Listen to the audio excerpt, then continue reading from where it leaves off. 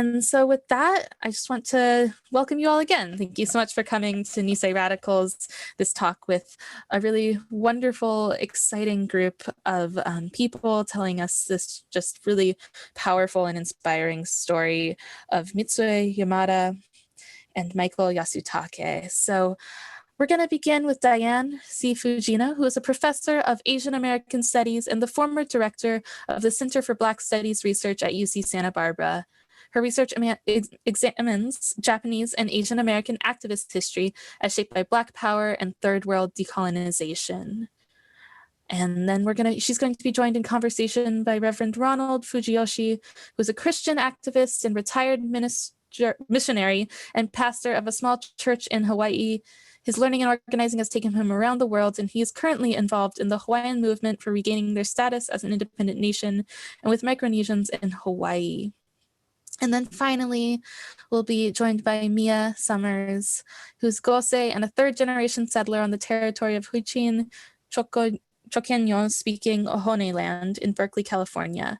Their journey has been framed by the experiences of their maternal grandparents who survived the World War II incarceration and atomic bombing of Hiroshima, and they are currently a community organizer working towards liberatory futures for communities of color. So with that, I'm going to welcome Diane and let you take it away from here, and I'll put their full bios in the chat as well.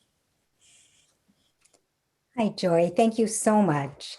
I am speaking from Santa Barbara, California, the unceded waters and lands of the Chumash people.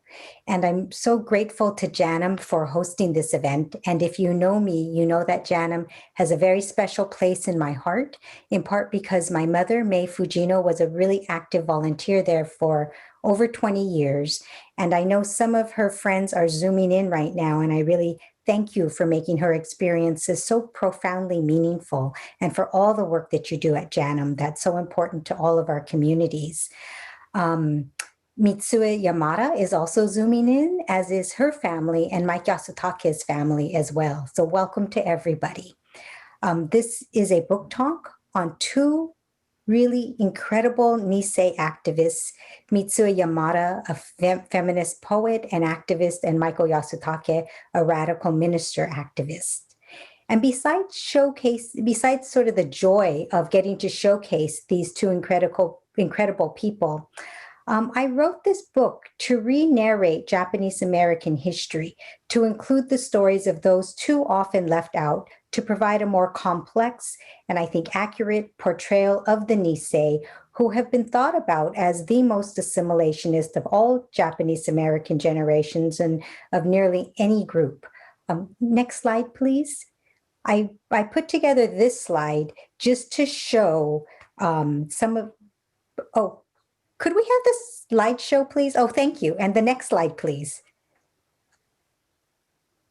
Thank you. I put together this slide just to show some of the Nisei activism that's gone on, and it would take me the whole time just to narrate this, so I've decided to do it really quickly. But we see people like Yuri Kochiyama and Kazuo Ijima who worked in New York. We see people like Chizu Iyama and Sukonitomi Embry who worked with the Nisei progressives in the late 40s and early 50s. Bill Kochiyama's testifying at a commission hearing for redress and reparations. We see the famous resistors who went to the Supreme Court in the middle, and the draft resistors on the bottom right, Frank Emi, Yoshi Kuromiya, and Kiyoshi Okamoto and others. And at the top, we see the Nisei labor resistors in Hawaii. And there's really been a rich history that often doesn't get narrated into when we think about that Japanese American history. Next slide, please. I want to say that talking about the Nisei activism and radicalism in this way, I think, is so important because it disrupts the still dominant narrative of the model minority, which, as we recognize, right? Some people see it as positive, but I think as we recognize, it also does so much harm to all of our communities, including Japanese and Asian American communities, by hiding the problems in our communities and then undercutting the kinds of services that we need. It injures relations with other groups who would be allies. It hides problems of structural racism. It punishes resistance and radicalism. And it also is partly why we have invisibilized anti-Asian racism, at least until the current moment, where for the first time it's getting attention. I want to talk about Mitsue and Mike, and I opened the book in this way. This is a story about two remarkable activists, a brother and a sister whose lives trace both the customary aspects of Japanese America and the unexpected experiences that challenge commonplace ideas about the Nisei. That the older brother was born in the United States and the younger sister in Japan disrupts ideas about linear movement from homelands to the United States and reflects the migratory circuits and mutual influences of the two countries as rising military and expansionist world powers. As gestured here, the book frames Mike and Mitsu's lives within Japanese American history and also connects the personal with the broader historical and political context. They were born in the early 1920s, grew up in Seattle, and they grew up in a middle-class family, as can be seen in the image on the left. I think that just captures that so well. Their father, Jack Yasutake, is an important person in Japanese American history. He came to study and spent 3 years at Stanford. He was a rare Issei who gained employment in a mainstream U.S. institution, in his case as a translator for the INS, the Immigration and Naturalization Services in Seattle. And after the war, his family ended up in Chicago, along with a large percentage of the Japanese who left the concentration camps, and headed up the Japanese resettlers. So was at the heart of the resettlement process for Japanese Americans out of the camps. Mike was the oldest, born in 1920, and Mitsue was the third child, born in 1923. And I narrate in this book a whole series of family separations and illness. And I'll tell just one story about this, but this really marked who they were and helped to shape who they became as activists and as people. So when when her mother was 7 months pregnant with Mitsue, she traveled to Japan.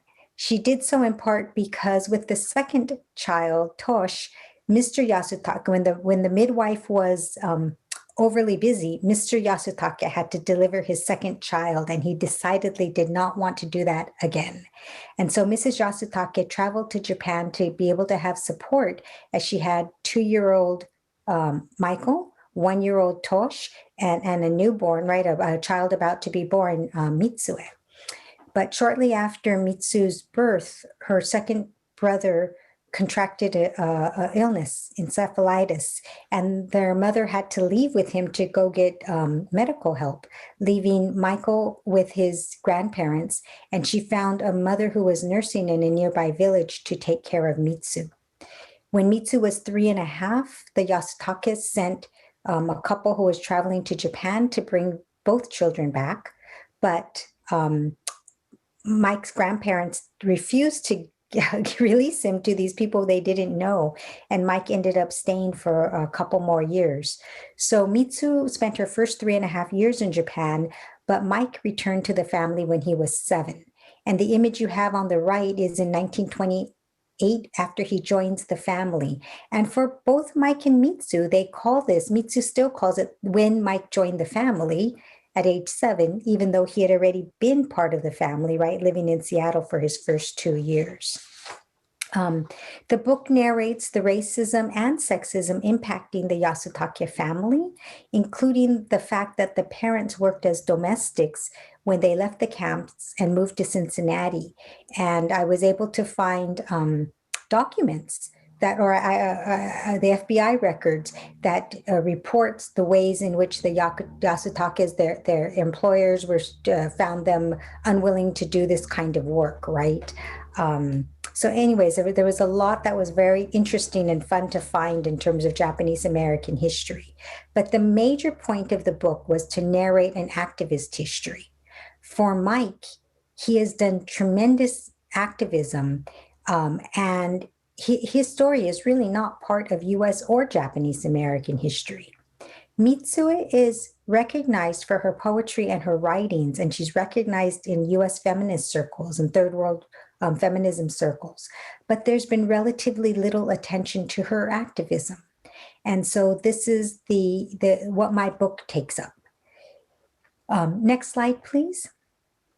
I only have time to give a brief introduction to Michael Yasutake as an Episcopal minister and radical activist, but I'm pleased that Ron Fujiyoshi, a close colleague of Reverend Mike and a fellow activist minister himself, will be giving comments today as well. I'm going to offer only 2 examples that illuminates who Mike Yasutake is. First, in the 1960s, he's now living in Chicago, and he's working for the Episcopal Church's college ministries. And he took it upon himself to interpret college ministries as including the draft resistors who were of the same age, right, and who were resisting the Vietnam War. And I had heard these stories, and I had thought that the church had arranged his visits to the draft resistors. But then I found a 9-page, single-spaced, typed document of his report that took place in October of 1968. And I found out that he was not assigned to visit these prisoners, but he took it upon himself to do so. And what he did was, when he was traveling throughout the Midwest to visit the different colleges, he traveled long distances out of his way to federal penitentiaries and to military stockades.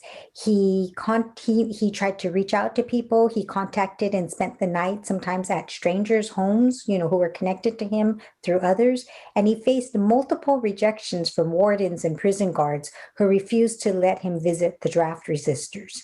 And in the end, over a 12-day trip, he only visited 2 prisoners. And for better or for worse, this is the kind of dogged persistence that characterizes Michael Yasutake. The second story has to do with the period in which Mike Yasutake was supporting, which became kind of his life work, prisoners. And he was living in Chicago, and Miriam, in the same state, though located hundreds of miles away, was also in Illinois, and it was the worst, most harsh prison in the United States at the time. And he was visiting many of the prisoners. One of them was Sekou Odinga, a former Black Panther. And when Mike Yasutake found out that his brother lived in New York, Mike was going to New York to visit another political prisoner, and he had found out that the 2 brothers had lost some contact with each other. He took it upon himself to visit Sekou Odinga's brother. Sekou Odinga was and is a devout Muslim, his brother a Christian minister. And he went and visited him and appealed to him to provide support to his brother and to visit him. And I can only imagine the brother being so surprised to see a total stranger, and a Japanese American at that, imploring him. And he ended up bringing his cousin, another Black Christian minister in Chicago, with him to go and visit and support Sekou Odinga. And this is the kinds of ways in which Reverend Mike Yasutake created his own transformative ministry, one that intertwined the principles and courageous activism as part of his spiritual calling. And his faith rested on the ideas in Luke 4:18 and 19 that I have here on the slide, right? To bring good news to the poor, to proclaim release to the captives. And he started the Interfaith Prisoners of Conscience Project to visit political prisoners across the nation, and to proclaim the year of the Lord's favor. And this year is also known as the year of jubilee, a period every 50 years when all debt is to be canceled. And if this was ever practiced, it would have dramatically shifted power and domination based on colonialism and indigenous land claims, property relations and the accumulation of wealth, debt, peonage, and imprisonment. So Reverend Michael Yasutake practiced what I'm calling jubilee liberation, which more than attending to individual freedom or humanitarianism per se, jubilee liberation compels a structural transformation, which for Mike meant an anti-racist and anti-colonial economic leveling of society. He was a revolutionary visionary and one who put his nose to the grindstone really day in and day out and took a lot of risks and lost several jobs to create the kind of change that he thought was right in the world. Next slide, please. Oh, and I want to say the image on the right was a painting by prisoner Oscar Lopez Rivera, one of the Puerto Ricans who Mike Yasutake supported, and he painted that while inside prison. Now, next slide, please. Thank you. And I'm on Mitsue Yamada. We're going to listen to an interview with her right after I conclude my remarks, and then Ron and Miya will be also making comments. So I'm going to be very brief right here. Mitsue Yamada is best known for her poetry and writings on Japanese American women, in which she draws on her own relationship with her mother. She writes in an understated way that matches a Japanese aesthetic, not showy or flashy or verbose, but alarming in its candidness, presenting the unexpected and in her use of sarcasm and her sharp wit. She published her first book of poetry, seen on the far left, Camp Notes, in 1976 when she was in her 50s. And it was released by, I love the name, Shameless Hussy Press. And this was at a time when the Japanese American redress movement, or the contemporary one, which started about 1970, was still quite controversial within the Japanese American community. But Mitsue was somebody who spoke out loudly and clearly and caused controversy in her wake at times.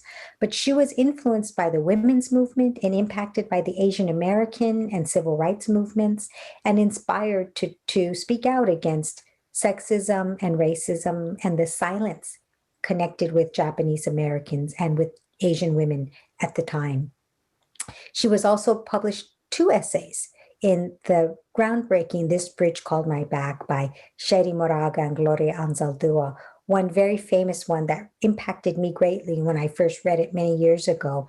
Invisibility is an unnatural disaster. And her second was on Asian American feminism.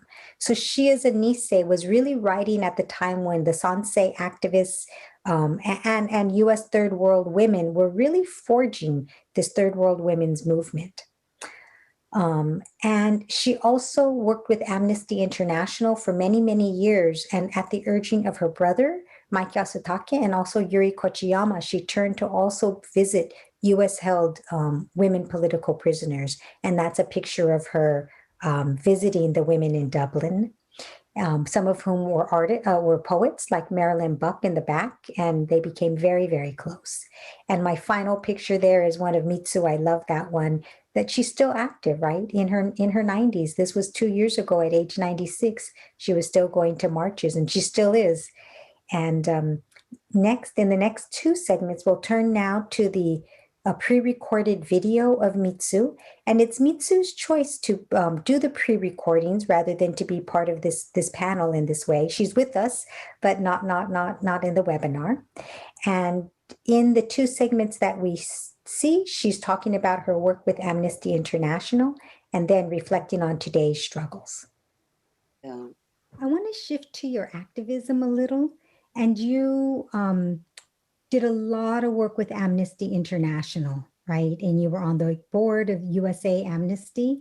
And what Amnesty you were charged with was writing and supporting prisoners of conscience throughout the world. Yeah. Well, right. Amnesty International had a policy that you couldn't work in your own country. You could not work in prisoners in your own country. And that was to protect their members who, in other parts of the world, where they might have gotten into trouble by working on maybe prisoners of conscience, and that their own government was, abusing prisoners of conscience or whatever, and they would get in trouble with their own government, right? And so their policy was that you couldn't work in your own country. So when Mike was doing, and so when I left, while I was a member of the board, I told him that I couldn't do that. And so after my board, I think I was served for 2 terms. And in the 1990s, when my term was up, then that was when I started working with Mike, with his prisoner. And the difference was that the work that I was doing with Amnesty International was much more, well, I didn't know the prisoners, you know, it was kind of a distant thing. But with the political prisoners, Mike's political prisoners, I became very close friends with the prisoners. I visited them in the prisons and out here in Southern California, as well as in, it was about an hour from Oakland. Right, in Dublin. In Dublin, yeah, Dublin, right. And so, so there was much more much more personal. I became very, very close friends with Marilyn Buck and Carmen Valentin, you know, the women that I got to know them quite close as personal friends. And so, yeah, that made a big difference, I think, yeah. Yeah, I was going to ask you some about what the difference was when I know your brother, right, Mike Yasutake, was urging you to visit US held political prisoners. Of course, well, you know, also supporting political prisoners throughout the world, but also wanting to bring you closer to home. And then you chose to visit the women, and then several of them were poets. And so Marilyn Buck, yeah. Yeah, Marilyn Buck. Can you speak about Marilyn Buck and this very special relationship? Because I will say these women political prisoners had the greatest respect and admiration for you, Mitsue. Yeah, well, yes, we became very close personal friends. We exchanged writings, and I helped them publish their works when they did I encouraged them to write about their thing. And then I, of course, had that program to publicize their writings. I encouraged them to write about their own lives. And I was teaching creative writing, you know, at Cypress College. And so it was something that I kind of did quite naturally. When I went to visit them personally, I would help them write about their own lives and write their, many of them said, oh, well, I don't really know how, well, just write about, you know, like the way that you might write in your diary, or about your daily your lives, or what you're doing in prison and what life is like and so forth. And so that was how it started. Yeah. So I want to end with one final question.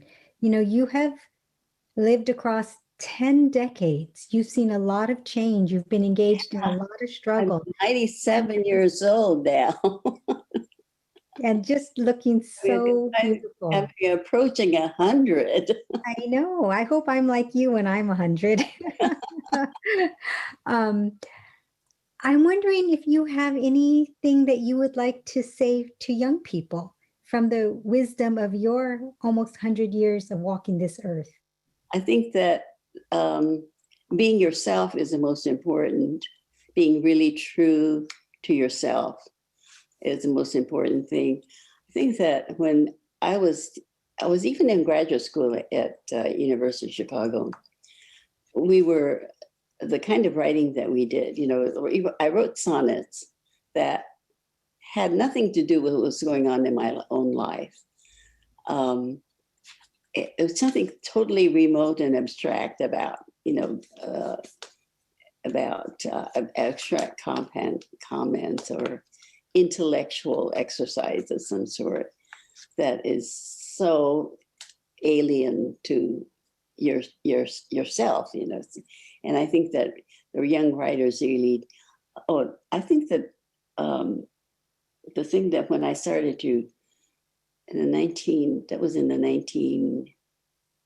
late 1960s, when I first read my friend, you know, Alta, who was the founder of the Shameless Hussy Press that published my camp notes the first time. I read a poem by her, and some of the poems that she wrote, and Marge Piercy, some of the women writers, very, very angry women writers. And they just blew me away. You know, I just realized how much the poems really came out of their gut, you know, they were just completely out of their hearts. And I had never been taught that in high school, or, you know, all throughout my, you know, when you did writing, you wrote, and it was like being in polite society. You didn't see certain things. And so it's really important to be yourself and to be completely honest with yourself, you know, in writing. Yeah. I think that we can end now the interview, because it's been more than 20 minutes, if you're okay with that, Mitsue. Sure. Yeah. Okay. Sure. Okay. So, and thank you for the Nisei Radicals. That's just wonderful. I mean, I'm really glad that you did that. What an honor, right? To get to write about you and Mike, and to learn more about you. I'm really glad that you know, Mike's story needs to be told, because he was an amazing human being. It was just amazing what he did. And I thank you for that, which is really great. He really was. Yes, yes. Hi, everyone. It's an honor to be included in this book and to be on this webinar. Mitsue, I first met you at the International Tribunal that was held in Vieques. I think it was in 2000, which I attended with Dr. Kekuni Blaisdell from Hawaii, and we stayed in the same hostel with you and Mike and Carmen Valentin. But that's the only time I think I met you, and I talked to you on the phone once or twice. But after reading this book on the Nisei Radicals, I was so impressed and glad to know so much more about your achievements. I'm indebted to Mike for two major areas in my life. First, he appeared out of nowhere to support me at a fingerprinting trial in Japan. And then he helped to build a support network throughout the United States for the fingerprinting movement in Japan. And then later on, he became we worked together as a series of activities that Diane calls the Land is Life gatherings. And secondly, through Mike, I began visiting the Puerto Rican prisoners of war, and through them got to meet other political prisoners, which has really broadened my understanding of oppression and its results. So I think I first met Mike Yasutake when he just showed up at one of my fingerprinting trials in Japan, maybe in 1984. Although he was 20 years older than me, it was very easy to work together with him. There are very few people who could come from America and gain acceptance by the activists who surrounded me in Japan, but Mike could do that. Why? Because he didn't have an ego like most raised in America. He never sought to be the center of anything, but knew what to do to support others in the thick of struggle. I admired his command of both Japanese and English, his discipline, sleeping early habits when activists would be drinking. He'd sip and then drink and go to sleep. Writing detailed reports, writing proposals to fund the movement, reading his Episcopal Book of Common Prayer, doing his kendo at a high level, even at age 80. He was someone we all trusted. And that is why we, the younger core of the fingerprinting movement, unanimously chose him to become the first president of the U.S.-Japan Committee for Japanese human rights of Koreans in Japan, which later changed into the US-Japan Committee for Racial Justice, the group that first planned the first Tochi wa Inochi, Land is Life, gathering in Okinawa in 1996. The name was later changed to Our Land is Our Life, gatherings in Guam, Vieques, and the Marshall Islands. Mike passed away suddenly a month after our Tanota Linalata gathering in Guam in 2011. Mike was radicalized by his friendship with Carmen Valentin and through her with all her comrades. He also was the link for me to meet Carmen, whom I probably first met in 1989 in FCI Dublin, together with Dilcia Pagan, Alicia and Lucy Rodriguez, and Alejandrina Torres, who was still at Dublin at that time, and later with other political prisoners like Marilyn Buck, Linda Evans, and Laura Whitehorn. Because of Mike, I visited Yu Kikumura, the Japanese political prisoner who the US claimed was a member of the Red Army. And for 2 straight days at the Supermax prison in Florence, Colorado, we had conversation.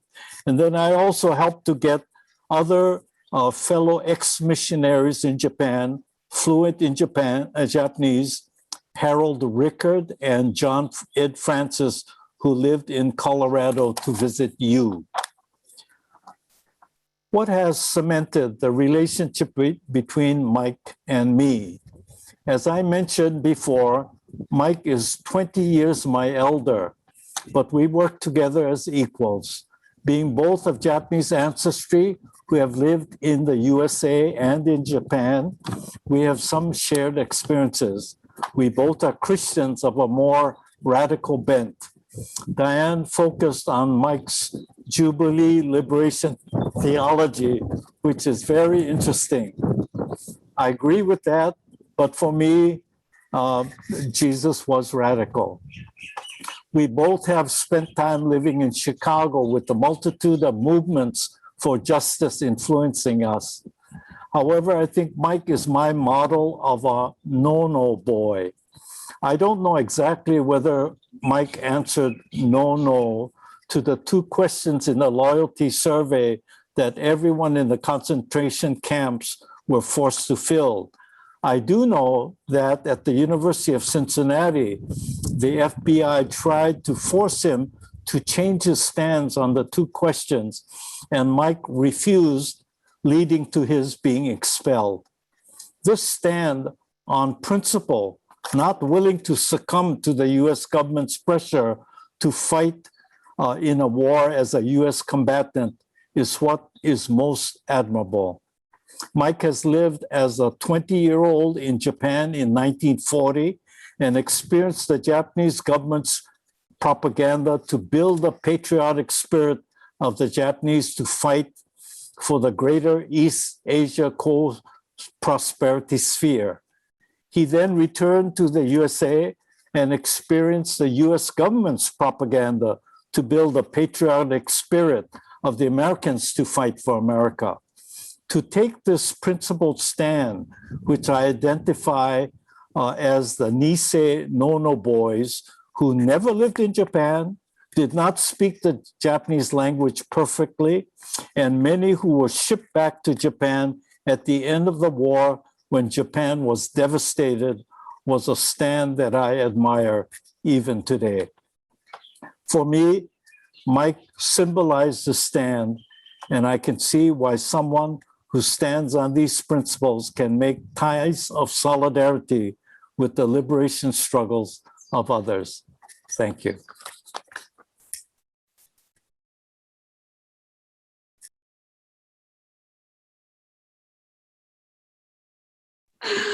Oh, wow. Thank you so much, Ron. It is incredible to be able to share this space with you, as well as you, Dr. Fujino. And I'm so humbled to hear that Mitsue is here in the call. I don't feel as put together and concrete and conclusive as Ron's talk was. And I'm a Cancer, so I talk very much from the heart with a lot of feeling. So that's just how we're going to go today. I first want to start with a land acknowledgement that, as Joy mentioned, I'm calling from the territory of Huichin, which is unceded Chochenyo-speaking Ohlone territory, which many folks may know as called as Oakland. I think what I'm holding now, which so connects to the work that Diane presents us with the Nisei Radicals, is an event that I actually went to on Memorial Day. Berkeley, in West Berkeley, there is a site called a shell mound, which is an indigenous burial ground for the Ohlone people. And right now, developers have bought one of the oldest shell mounds in Berkeley and are planning to build a high-rise apartment complex. And so despite the local Ohlone villages and tribes and tribal leaderships being able to sue for access to that land, a judge actually threw it out. And so they're in a battle to try to preserve that shell mound and stop the development of one of the most sacred sites within the Ohlone territory. But I say that in that this was an event on Memorial Day, and they titled this event from Shekjara to shell mounds as a way of interconnecting indigenous struggles around the world. And in the organizers also connected to Kashmir, Okinawa, the Philippines, India, and Colombia. And I really think that speaks to the work that is documented in Nisei Radicals about how both Mitsue and Reverend Mike within their activist work really built not only focusing on Japanese American redress and reparations and violences caused by the World War II mass incarceration, but also connecting that to a larger structure, a larger movement for liberation and freedom for all. So yeah, those are just kind of my feelings. And I think there are 2 points that I wanted to uplift that connects to the work that I do as a community organizer and educator. I work primarily with Asian American and Pacific Islander students, and then a lot of my activist work has been around raising a critical consciousness for Japanese American communities to connect them to liberation movements.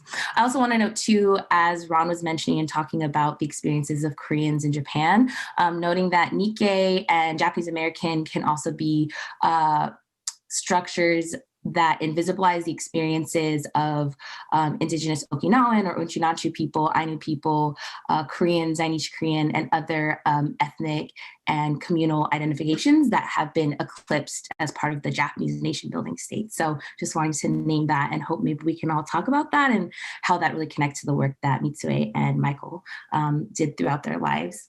I think the first thing that is really standing out to me when I read this book was a chapter about Mitsue about silence. And I'm so struck by the poem that Mitsue, and I'm glad you're here, Mitsue, and please feel free to comment on this. But I was talking to Dr. Fujino before this, and I feel such a connection to that poem in that Mitsue ends the poem using the Audre Lorde quote, "My silences will not protect me." And I find that both beautiful and painful for me as a gosei, I also wrote a story about an experience where a Japanese American man called me mouthy for disagreeing with him. And he did it in a very public way to try to silence me. And it was a very hard moment. And in me writing about this story, I also used a quote from that same essay Audre Lorde wrote that talked about, if we continue to hold the silences, they will eventually kill us, right? And so we might as well just speak our truth and say them anyways, because we were never meant to live. So why hold on to these? And we might as well fight is kind of the message from Audre Lorde. And so I think that for me as a Japanese American femme, as a survivor, that it's so challenging in the ways that even as go say 3 generations later, that there's still intensive silencing and assimilation, even within the Japanese American activist community. But at the same time, I feel connected, and I'm so glad that Dr. Fujino documented this history, and that I think oftentimes I've experienced where when we talk about radical and revolutionary Japanese American and Nikkei organizing, there's kind of this, there's a kind of, how to put it, like idea that's not part of the community and that's not a part of the history, and that to do so means you are not Japanese American, and you're other and outside. And so I feel, while sad that we're still, especially Japanese American and Nikkei femmes and women, have to experience this silence and the process of having to undo that silence, at the same time that this is part of a history, and that to resist this is part of our community and is part of the legacy that we're inheriting. And so I think this is so important, right? Dr. Fujino mentioned that we're in a moment of hyper visibility, kind of around the use of Stop Asian Hate. And I think what's been challenging as an organizer is that right now a lot of mainstream Asian American dialogue is framing this moment around people resisting against xenophobic hate crimes as this is the first time that Asian Americans are speaking out, and this is the first time that anything's really happening.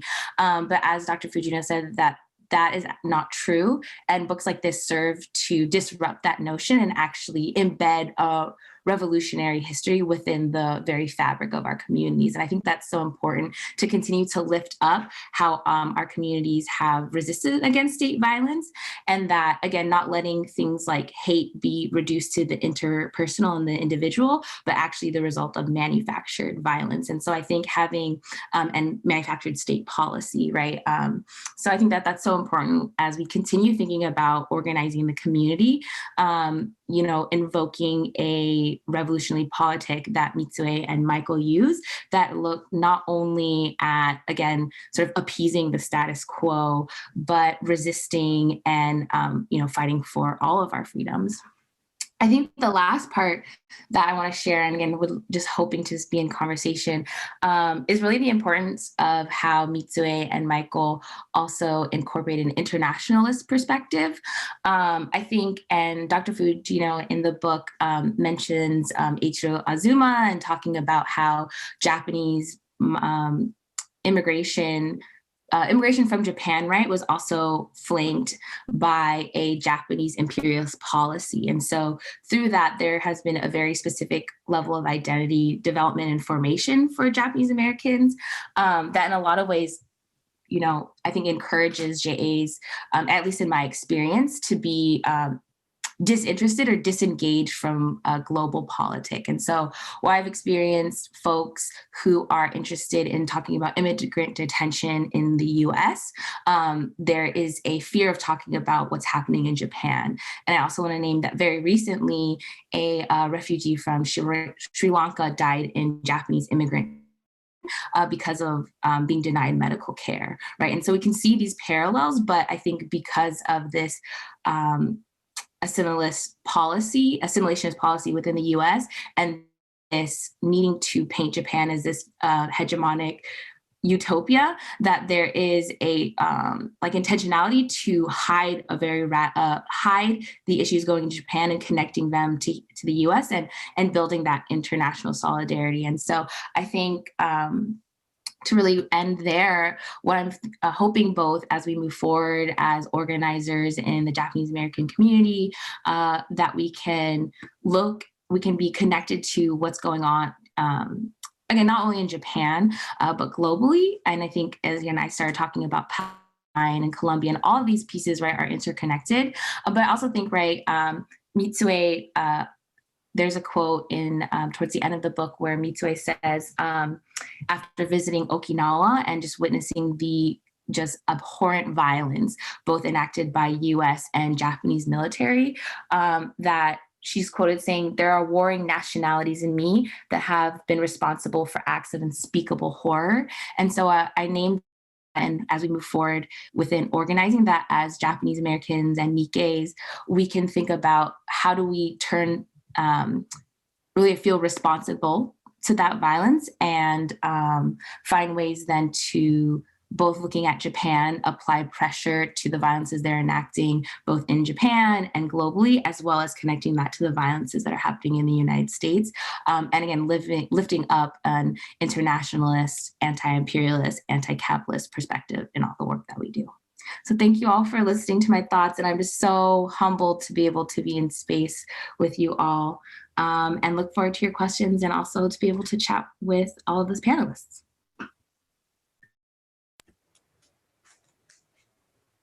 Wow.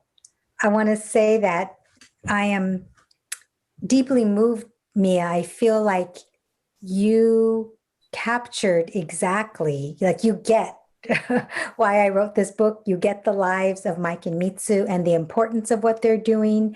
The fact that, as Ron narrated, Mike's work was really about, you know, protesting primarily US and Japanese imperialism. And I'm also struck by a notion of intergenerationality, right? That's happening in this moment, in this panel with multiple generations. Ron referencing Mike, right? 20 years older. And also we were talking right before this about the ways that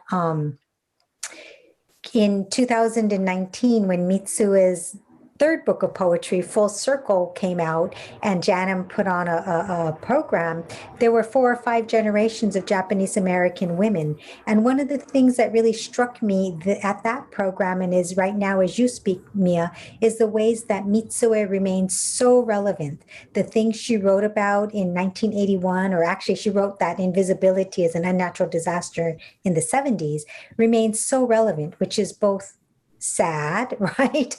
And it's disturbing. And also so it's meaningful that we can look to our elders and learn so much from them. Yeah. I have many questions, but I think I'll stop and allow others to see if they want to make comments. I'm glad Mitsue is on this webinar, although she's not speaking, but actually Mitsue is Issei. She was born in Japan. So we're talking about 4 generations right over here, right? She's an Issei, but she identifies culturally as a Nisei, right? Yeah. I'm an older Sansei. Yeah. And I'm a younger Sansei. So these generational demarcations work and don't work within Japanese America, huh? Yeah. One of the questions that I have for both of you, both of you talk about this anti-imperialism, right? And how in some ways it's been written out of Japanese American history as if it's not, resistance to it, activism against imperialism, as if it's not part of our history. And that's really not true. And when Atlanta happened, right, people were talking about, of course, how horrible all of this is. But some people were saying, this cannot be understood outside of understanding US militarism in Korea and Asia. And so I want to invite both of you, because you're both doing work that critiques and works against US and Japanese militarism and imperialism. And I'm wondering if both of you could speak to that work, and especially, let's start with you, Ron, because you're there in Hawaii doing some of this work. Well, let me go from the past first, because I was asked to write an article on anti-Asian, anti-Pacific Islander racism for our church newsletter here in Hawaii.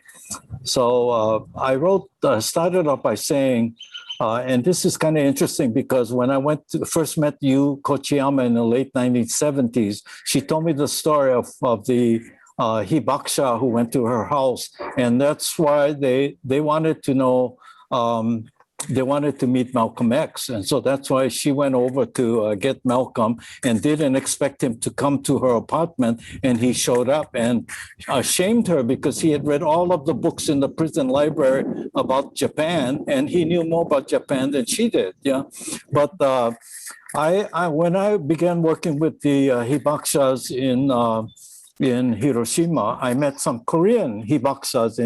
In Korean, you call it pipokcha. And they told me the story that when the first hibakusas went to United Nations from Japan, the Korean hibakusas asked to go along and they were refused. Interesting, right?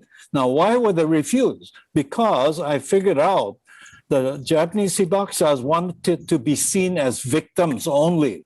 But if the Korean hibakusas went with them, who were at the epicenter of the bombing in Hiroshima, then the hegemonic designs of Japan, who forcibly brought them over to work in the factories in Hiroshima, would be revealed, right? And so it's easier to be seen as victims, yeah, and not as being also part of you being part of that imperialistic policy. And so this is related to Asian racism today. If we don't see it within the wider context of what is happening in America from the beginning, yeah, of white supremacy and everything, and just feel that it's something that's because Japan was challenging in 1990s and building golf courses in Hawaii, and now because of this anti-Chinese hysteria, there's obviously more anti-Chinese generated on that. But this goes a long way back, and so we got to see it in a wider framework. So I think you're right on in asking those kind of questions, right? But maybe I can let Miya share. Oh my gosh, thank you so much for that, Ron. I feel like that how thinking about this connects to US imperialism and Japanese imperialism for me is really spelled out in two moments that I experienced.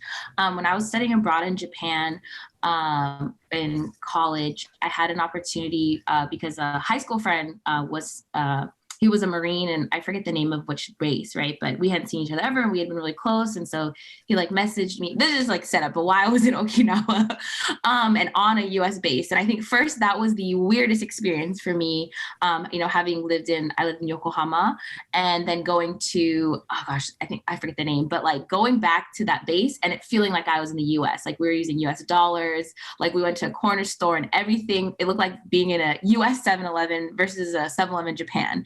And it was just so weird for me because I was like, why are we, at that time, I didn't know much about the dual imperialism that was experienced in Okinawa, but I was kind of like, wait, we're in Japan, right? Why does it feel like I'm in the US? And I would eventually later go to, I did a program at the University of University of Hawaii at Manoa and learned about US imperialism there. And I think that for me really solidified the connection. But for me, I was just like, why are we in Japan, but why does it feel like the US, and just feeling really icky about it.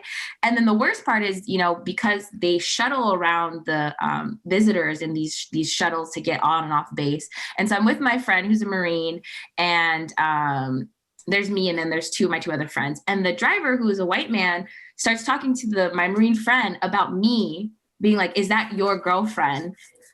I have one at home and I give her, and I was like, wait, what? What I know is everything you're saying to what the heck, that's your wife, and he's like, oh, I have one of them at home. I give her money and, and she's happy and she cooks and cleans for me. So for me, that just, it was just devastating because I didn't know what to say. I felt, again, thinking of silences, just felt like I should just keep my mouth shut. But I'm just looking at him and my friends just looking at me and we're just like, what the heck?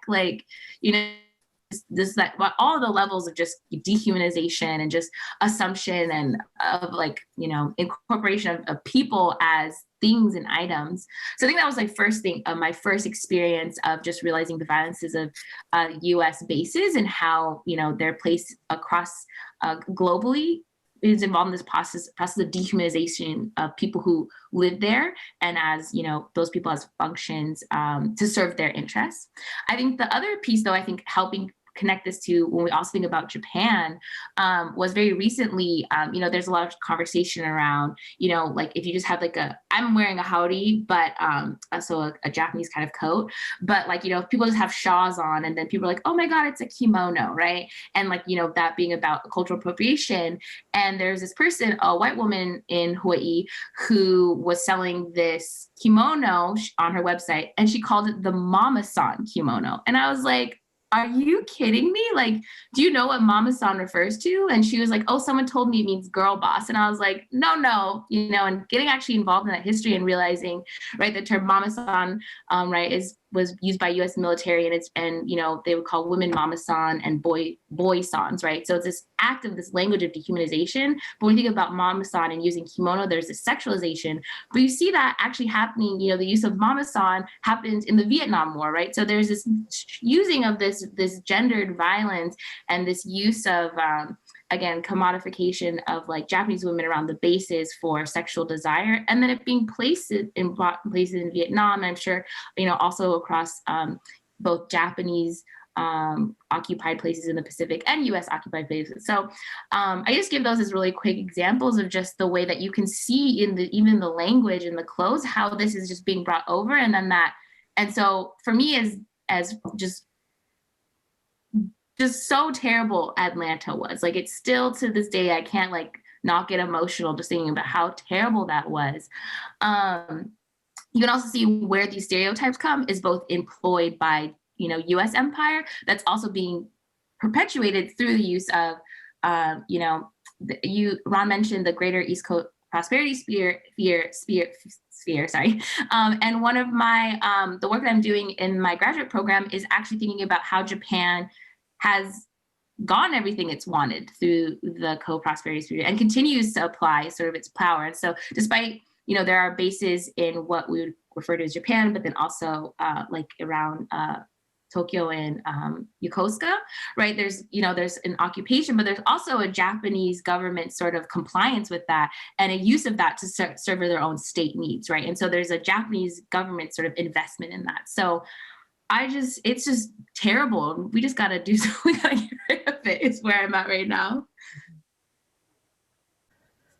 No, I wasn't, we can go on and on, but even, Diane wrote about the Tochiwa Inochi Land is Life conference. And we did it because it was at the 50th, after 50 years of the end of that war, both the US government and Japan were talking about how everything was in the past and everything was fine. And so we decided to get the survivors to tell their stories and explain all the suffering that they're still going under. And so that's how we brought, and I think there were 18 or 19 survivors who came to Okinawa and to tell the story. So I think what we wanted to do, expose both Japanese and American imperialism that's still going on today, and to show that those hegemonic plans have not changed at all, and then we're just going into different, manifestations of those programs, and we got to continue the struggle. Thank you. Well, I actually had a question for you, Dr. Fujino. There's like two parts in reading this book that I think struck me. Was one when you in Mitsue's interview about being kind of like enamored by like her father, and then that in some ways. Of course, again, his father, but really putting her father on a pedestal and being very critical of her mother, and how that, right, is kind of a legacy of just the gendered inequity and just invisibilization, right, of women's experiences, women's work. And then I think the second part was just even hearing Mitsue in the interview just being like, oh, we need to document Mike's history, and I was like, here being like, but also your history, like your radical feminist politics has just got me so like, again, sad, but also feeling seen and held and honored. So I'm just guess for you, just more generally, Dr. Fujino, and your relationship with Mitsue and the work you've done, I think how has she informed your own like radical feminist politics? And I think also what does her legacy and the work she does now mean for you as, again, a scholar activist, and also what does this mean for the community and how we tell our history and know our own story? Mm-hmm. Yeah, thank you, Miya. This is also a question about intergenerationality, right? How we impact the future generations and multiple generations, right? And we're talking especially about a kind of Japanese American feminist sisterhood. And I think that's beautiful. And, what you're referencing about Mitsue, she writes about this in ways that many Nisei don't. This really candid, right? Really critically reflective and really willing to be self-critical, right? And to grow from that, not self-deprecating in my view, but thoughtful. And, her father was charismatic from what, I didn't know him, but right, he was a poet. He was really social. He entertained people in restaurants. He knew a ton of people. And so she was really enamored by him. He took an interest in her literature. He sparked her interest in literature. But then she learned, especially as her mother lived with her, and she started really listening to her stories, right? Because one of the tensions with Ron just talked about how we need to be careful that we don't want to just identify or see ourselves as sort of victims of oppression, but also the ways that we also enact oppressions. Mm-hmm. So I think we want to be careful in that same way around feminism, right? And that Mitsue's mother also really tried to impose conventional notions of femininity onto her, which she experienced as very constraining. And that was part of her rebellion against her own mother, right?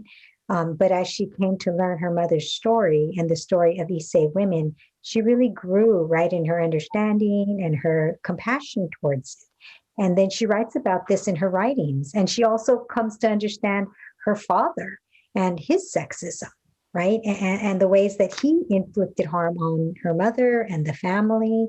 And so, it is a really important story to tell. And Mitsue absolutely is somebody who I greatly admire, right? And who means so much to me personally, and also as a Japanese American. This is partly why I came to want to uncover these stories, right? Because when I first started doing research on Yuri Kochiyama in the 1990s, I knew so little about Japanese American activism. So to have a different narration of my history and of myself was so meaningful to me. And then I met people like Ron Fujiyoshi, right? And others who are doing this really incredible work. And the feminist part of what Mitsue was doing is really important.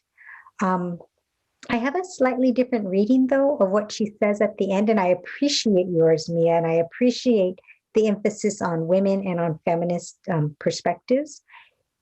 When she talks about Mike, that more should be known about him, I think that he is one of the most important people and yet so underrecognized. Whereas Mitsue has had certain attention. People know her. They recognize her in certain ways. But Mike is so underrecognized. And so I have to agree with her there, although her story needs to come out more too. Thank you for that. Thank you to you all. This has been I've just been watching with such admiration for all that you all are sharing. And I've seen in the chat also others expressing that. So thank you, first of all, so much. I want to encourage folks, we have one question, but if you have any others, please use the Q&A feature or the Zoom chat feature to ask those of our panelists. We do still have some more time to take those and would love to hear from you. I also want to note that I forgot to mention this before, but the book is available in the Janum store. So to read more of these histories, please go to the store and it's available online. And thank you to Densho for providing access to the interview clips that we shared earlier. So we have a question from Andrew Pagan, who asks, can you speak a bit more about how Mitsue or Reverend Mike encountered or pushed back against broader assimilationist or conservative trends within the Nisei generation? Are there lessons we can apply today as we continue to fight for social justice, given the persistence of conservative or liberal tendencies within some parts of the Japanese American and broader Asian American community? So can pass that to any of you. And I know that Mitsue, if you have thoughts as well, that you're in the chat.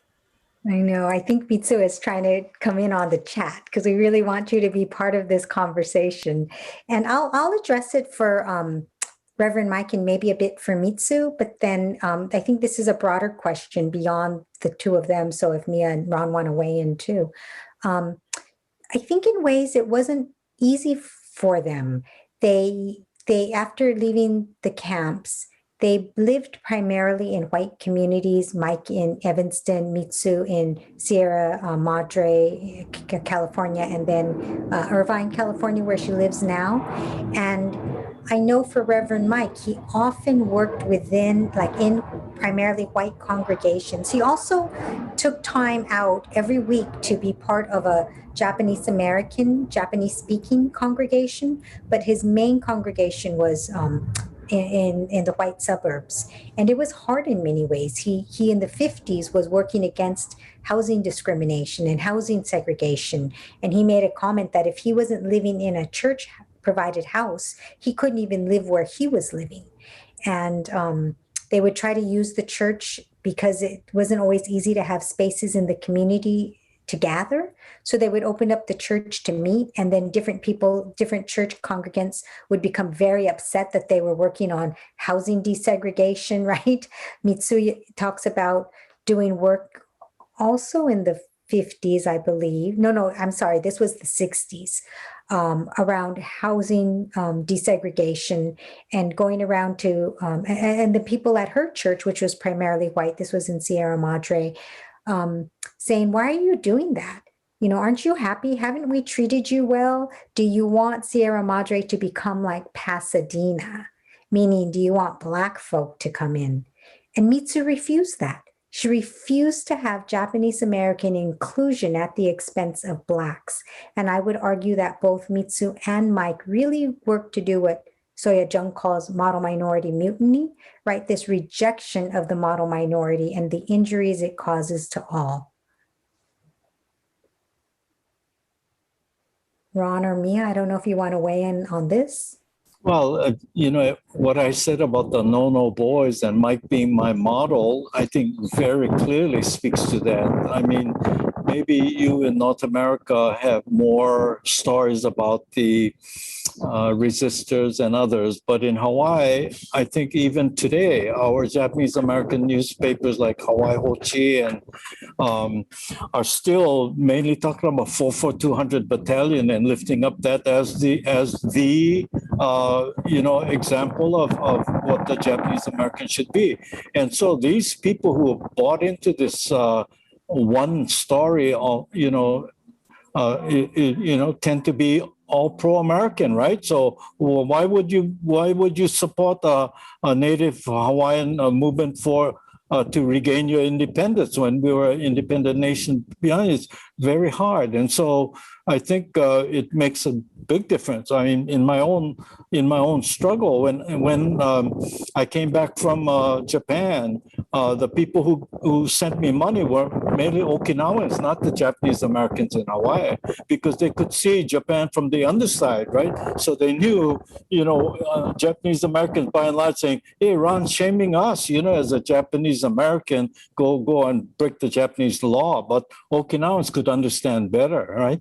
JCL, Cliff Ueda, who's the head of JCL in Northern California, found out that I'm the nephew of Masato. So he took my proposition to the National JCL Assembly saying, let's pass a resolution in the support of Ron Fujiyoshi anti-fingerprinting. And they turned it down, yeah? Mainly why? Because the Tokyo JCL said, no, Ron is causing trouble in Japan. Yeah, no, they're all business people who wanted to woo the Japanese government. So, of course, they're not going to support somebody who's standing on the side of Koreans and, you know, long-term Asian foreigners in Japan, yeah, in the Japanizing them as a matter of control, right? So I mean, you're clear from experience where people stand. So just because you're a person of color don't mean that you're automatically facing racism from all kinds of ways and not participating in a lot of racist attitudes yourself. Right? I just wanted Kathy Masaoka reminded us about being part of the delegation that came to Japan. Well, I took 3 tours of Japanese activists to Southeast Asia, and on one of the tours we went to Sabah, Sarawak, and you know the sex slaves they usually people, when they die, they put their grave facing the emperor. They put their backsides to the emperor in their graves, yeah, because that's how much as a symbol that they're not pro emperor, yeah. So I mean, was really, I mean, to see those gravestones, you know, with the backsides to the emperor, that was really something. Yes, thank you so much, Farrell, for sharing. And of course, yes, thank you, Kathy, for that reminder. And we actually have another question from Kathy, asking you all if there are any specific campaigns around land issues, military bases and minorities, and or people in Japan or Hawaii with whom JAs on the mainland can connect. We're in Hawaii. 25% of the land was crown lands in the Mahele. This is Kamehameha III became to privatize the land because he knew that one of the great powers was going to take over Hawaii, and they already tried, right? So to keep from being taken over, they initiated a Mahele, and 25% of the land turned out to be crown lands, which became the private lands of the king. So in case you take over a country, you cannot touch the private lands. Well, after the overthrow, they made those crown lands part of the ceded lands, 1/4 of all of Hawaii, and most of the military bases are in the crown lands.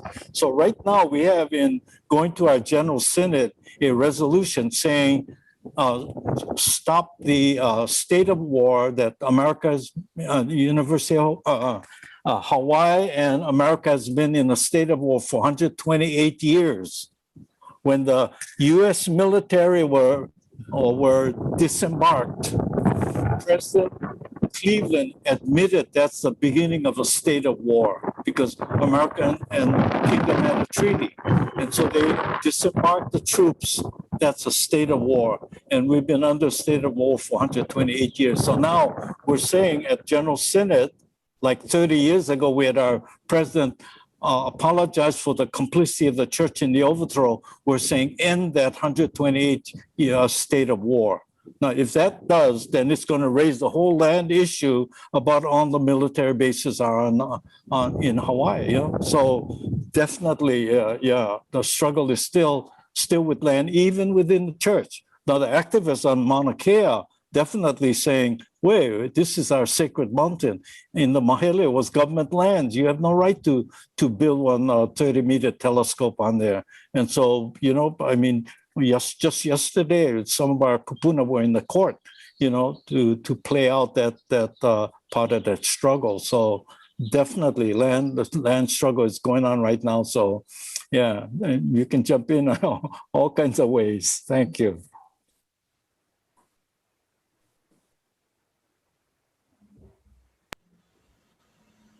Thank you so much, Mia. Oh yeah, go ahead, Mia. I was going to ask.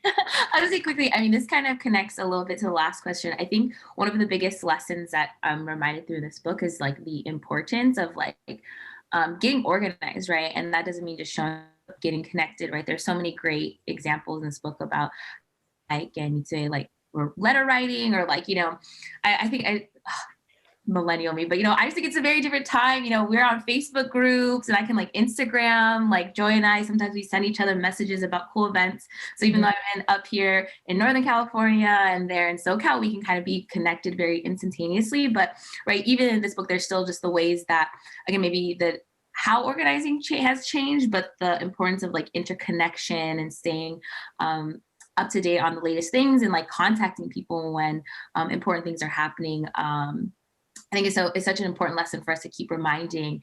And I think the short answer, though, for the question about what can folks be engaged with, again, I think as settlers and as people based in the U.S., right, you're participating in settler violence, right, there are tons and tons of different actions that are happening from pipelines. There are people who, in the Bay Area, there are people who took down a statue of Junipero Serra, and they're facing charges, right? So there's lots of, I think, in your local community for the original stewards of the land, there are definitely ways to get involved. But I think one thing I can't not say is that if I would encourage all of us to get aware of what's happening at the U.S. military base in Okinawa at Henoko. And right now, specifically, and when they are going, this is just ridiculous. It's like so disturbing to say it, but right, there's this beautiful pristine base, right, and they're taking. This base is not, the coral is not strong enough to hold the huge U.S. military base. And first they were piping in concrete, and that's not enough. So they're actually taking soil from the mountainside and shipping it down to pour into this beautiful bay to build this base. But one of the things to note is that a lot of this soil comes from a forest was one of the, where there's some of the heaviest casualties for the Battle of Okinawa. So in that soil is literally bones of not only, again, US and Japanese military, but Okinawan people. And so who have not been able to lay to rest, or, are not being able to be honored because, again, it's in this forest. And so literally their bones and their, the burial site of after the Battle of Okinawa is now being dug up to fill in the ocean for a U.S. military base. And right, and that is just, it's unbelievable. And so there's lots of ways you can be writing letters to the Japanese government, to local U.S. officials to stop the use of that soil and the construction of the base. But right, we can see right there very, very clearly how U.S. militarism, right, is so intimately interconnected with violence towards Indigenous communities, and that we could be, again, as JAs or Nikkei people, I think we can really call to being part of the diaspora to put in extra support and pressure, both in US and Japanese complacency and their proliferation of that. So that was just one example, but I think there are so many others, but just wanting to really name that because it's just so horrific and really needing our attention. Mm-hmm.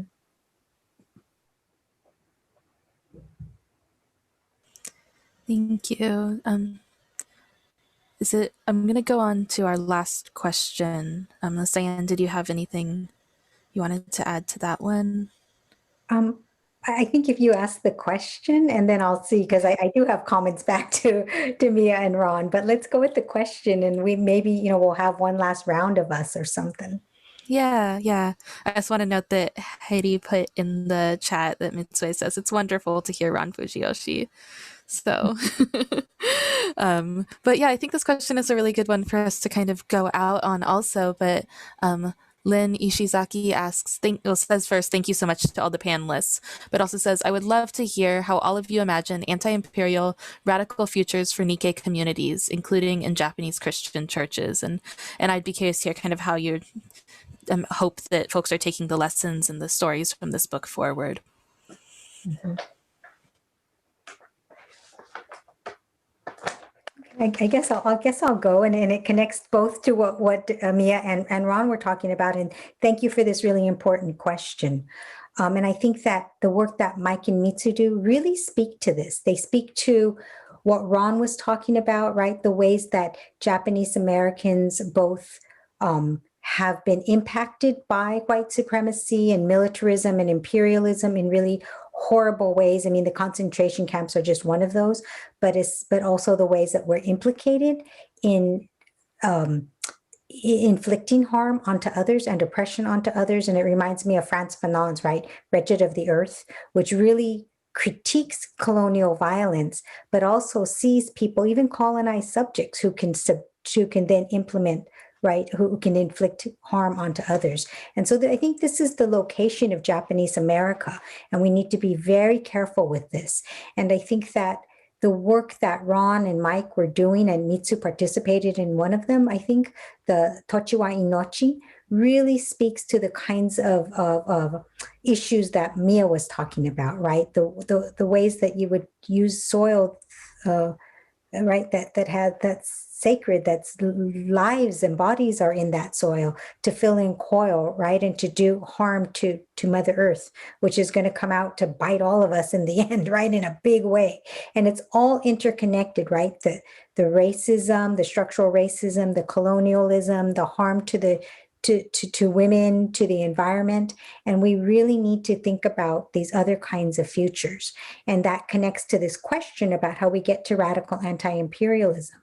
And I think that the term abolition is being used a lot right now, but it isn't a new concept, right? Obviously, it goes back to struggles against slavery. It goes back to critical resistance and prison. And in fact, Ron, and you and I were on a panel with Mike in 1998 at that critical resistance conference in Berkeley. I remember that.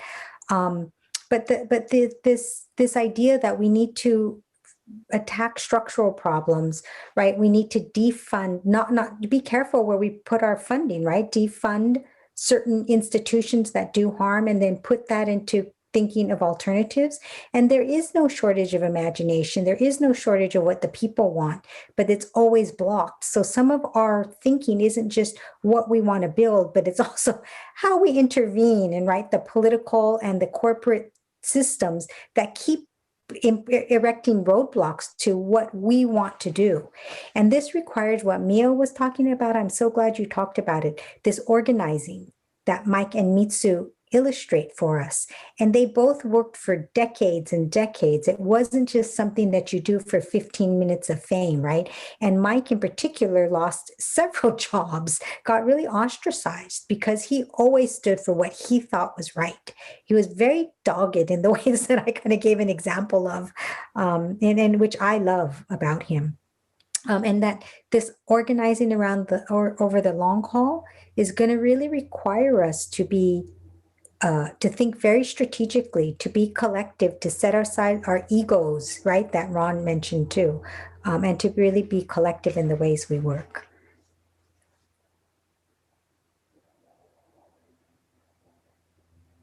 I'm so grateful to Mike and to Mitsue, right, for being that example to us. Yeah, I think maybe it sounds so simple, but in our land is our life, we said, you know, we gotta really realize that we get a lot to learn from the people who are the most impacted, right? I mean, just the fact how much I learned from the Puerto Rican prisoners of war, yeah, and then I just changed my life. And then so in the Tochi Wai Nochi or Our Land is Our Life, you know, we're saying the people who impacted the most are the ones who can teach you the most. And so we gotta you know, not begin with ourselves, but trying to figure out how can we be in solidarity with those people and learn from them. Yeah. And then I wanted to just share one story about how strong this kind of ideology of the hegemonic powers means. And one of my witnesses that I tried to have in my fingerprinting trial was Minoru Oshiro, Kinjo Minoru. Kinjo Minoru is an Okinawan sculptor. He went to one of the top art schools in Tokyo. And so he was working for the Outcast Liberation League a long time and went back to Okinawa, but and built all of these things. He told me, I wanted, of course, he never got accepted by the judges to be my witness, but he wanted to say that, you know how strong the Japanese ideology emperor system is? He says, I want to tell you that we in Okinawa were told by the Japanese military, you better commit mass suicide, yeah, because the Americans are coming. And he said, imagine, I can imagine people killing me, but for us to commit mass suicide, take one, you know, hand grenade and get our family together and pull it. He said, we wanted to become Japanese so badly that we would do that. He said, that's the evilness of the emperor system. And so I think we better understand how terrible, you know, American imperialist ideology is and how it affects all of us in very subtle ways, yeah? And if we don't understand that and begin to, you know, free our minds from that, you know, we're going to go along in ways that we don't think we are, right? So anyway, I wanted to say that. Thank you.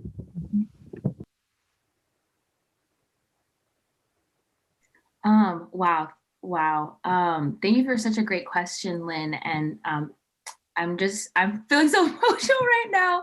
I think why I'm feeling emotional, I think one is that we imagine it and it will happen, right? You know, like it's imagine to dream, but imagine to believe that we will actualize it. I'll start with thinking about, I was raised more in a Japanese American Buddhist church shrine system, but I feel like there must be a lot of crossover when we think about the ways that like, dogmatic kind of Japanese and US like identity has influenced the church. And so even though I'm not Christian, I was really moved by the book how Reverend Mike said that like God is not in a church, but God is how you live your life. And that again, it's about responsibility and a radical responsibility. That's not exactly but right, that's kind of what I got from it.